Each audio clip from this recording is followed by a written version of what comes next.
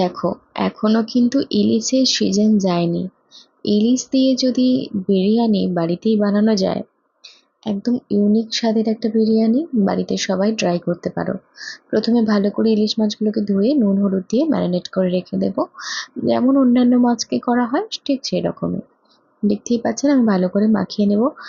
মাখিয়ে নেওয়ার পর আমি এগুলো একটা একটা করে তেলে ভেজে নেব। মানে এটা তো খুব ইজি প্রসেস এবং এই প্রসেসটা সকলের কাছেই চেনা।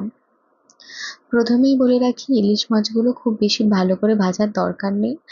নর্মালি আমরা যেরকম মানে 2 মিনিট করে ভাজি ইলিশ মাছ, সেরকম করেই ভাজবো, এর বেশি ভাজবো না।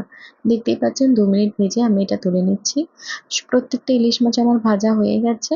আর এই ইলিশ মাছের যে তেলটা দেখছেন, এটাই কিন্তু বিরিয়ানির টেস্ট বাড়াবে। তো এটা আমি রেখে দেবো। অন্যদিকে দই নিয়েছি, টক দই, তার মধ্যে জিরে গুঁড়ো, ধনে গুঁড়ো, নুন দিয়ে দিয়েছি, পরিমাণ মতন হলুদ এবং লঙ্কার গুঁড়ো। এগুলো সব পরিমাণ মতন ইউজ করতে হবে। তারপর আমি বাজারে দেখলাম একটা কুগমির বিরিয়ানি মশলা আছে। আমি এই যখন দইয়ের সঙ্গে মেশাচ্ছিলাম দেখলাম খুব উগ্র গন্ধ। বুঝতে পারছিলাম না এই কুগমির এই মশলাটা সবার কাছে কেমন লাগবে। সে কারণে খুব বেশি দিলাম না, কারণ এত রিস্ক নিয়ে লাভ নেই। দিয়ে দইয়ের সঙ্গে ভালো করে ফেটিয়ে নিলাম। নিয়ে এই যে ইলিশ মাছের অল্প একটু তেল ছিল, সেখানে তেল পোঁটাটা দিয়ে দিলাম, কারণ এর মধ্যেও একটা টেস্ট আসবে। ইলিশ মাছের যে তেল পোঁটা আছে, সেটার কিন্তু একটা টেস্ট থাকে। তারপর দই মিশ্রণের, দই দিয়ে যেটা মশলাটা মাখিয়ে রেখেছিলাম সেটা দিয়ে ভালো করে কষিয়ে নিয়ে যখন তেল ছেড়ে আসবে, তখন ওই মশলার যে জলটা ছিল সেটা দিয়ে দিয়েছি। এবার অর্ধেক অর্ধেক করে মাছ দেবো, 2 মিনিট করে ফোটাবো আর তুলে রাখবো। মাছ বেশিক্ষণ কিন্তু ওই গ্রেভির মধ্যে রাখলে ভেঙে যাওয়ার চান্স আছে, তাই মাছগুলো আমি তুলে রাখবো। আর শেষে দিলাম মাছের মাথাগুলো আর মাছের তেলটা, যেটা বিরিয়ানির টেস্টটা বাড়াবে। ইন্ডিয়া গেট চাল ভালো করে ধুয়ে আমি ভিজিয়ে রেখেছি 1 ঘন্টার জন্য, বা আধ ঘন্টার জন্য ভিজিয়ে রাখতে পারেন। অন্যদিকে আমি আলু ভাজা শুরু করে দিয়েছি। আর এদিকে গোটা গোটা যে বিরিয়ানির মশলা হয়, সেটা আর সামান্য তেল দিয়ে গরম জলের মধ্যে নুন দিয়ে আমি ভাতটা হতে দিয়েছি। ভিডিওটা খুব বেশি বড় করছি না, তাই কারণে এগুলো একটু তাড়াতাড়ি করছি। আলু ভাজা কমপ্লিট হয়ে গেছে, বেরেস্তা ভাজা হয়ে গেছে। ভাজার ওপরে আমি দিয়ে দিলাম চিনি, যাতে টেস্টটা ভালো হয়। আর একটা বড় পাত্র নিয়ে নিয়েছি, আমার বিরিয়ানির পরিমাণটা অনেক বেশি। তার উপর কলা পাতা বিছিয়ে দিচ্ছি, যাতে পুড়ে গেলেও কলা পাতার ফ্লেভার পাওয়া যায়, পুড়ে যাওয়ার ফ্লেভার না পাওয়া যায়। তারপরে এর এর উপর দিয়ে দিলাম ঘি। ঘিয়ের পর দিয়ে দেবো আমি বিরিয়ানির ভাতটা। ভাতটা আমি করে নিয়েছি, হয়ে গেছে। 80% কুক করে রাখতে হবে। আর যে আলুগুলো ভেজে রেখেছিলাম, সেগুলো পেঁয়াজ আদা রসুন দিয়ে যেমন আলুর দম করে, সেরকম আলুর দমের মতন করে খালি জাস্ট কষিয়ে নিয়েছি, যাতে ভালো লাগে দেখতে বা খেতেও ভালো লাগে। আর উপর দিয়ে আমি এই তেল আর গ্রেভিটা দেবো। ওই ইলিশ মাছের মাথা দিয়ে যে তেল গ্রেভিটা করে রেখেছি সেটাই দেবো, এটাই কিন্তু বিরিয়ানির টেস্টটা বাড়াবে। তার উপর দিয়ে দেবো বেরেস্তা।